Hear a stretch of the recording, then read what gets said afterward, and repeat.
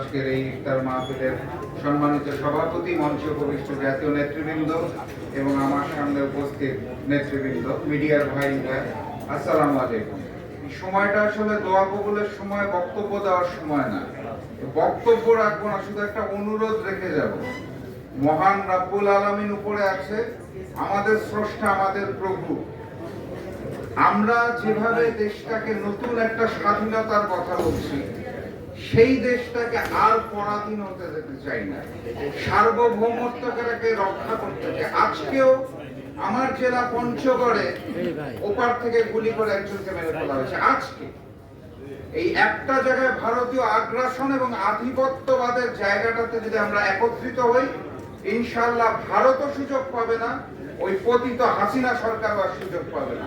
এই অনুরোধটুকু রাখতে চাই, একটা ব্যাপার আমরা ঐক্যবদ্ধ থাকি। সবাইকে ধন্যবাদ এবং শুভেচ্ছা। আসসালামু আলাইকুম।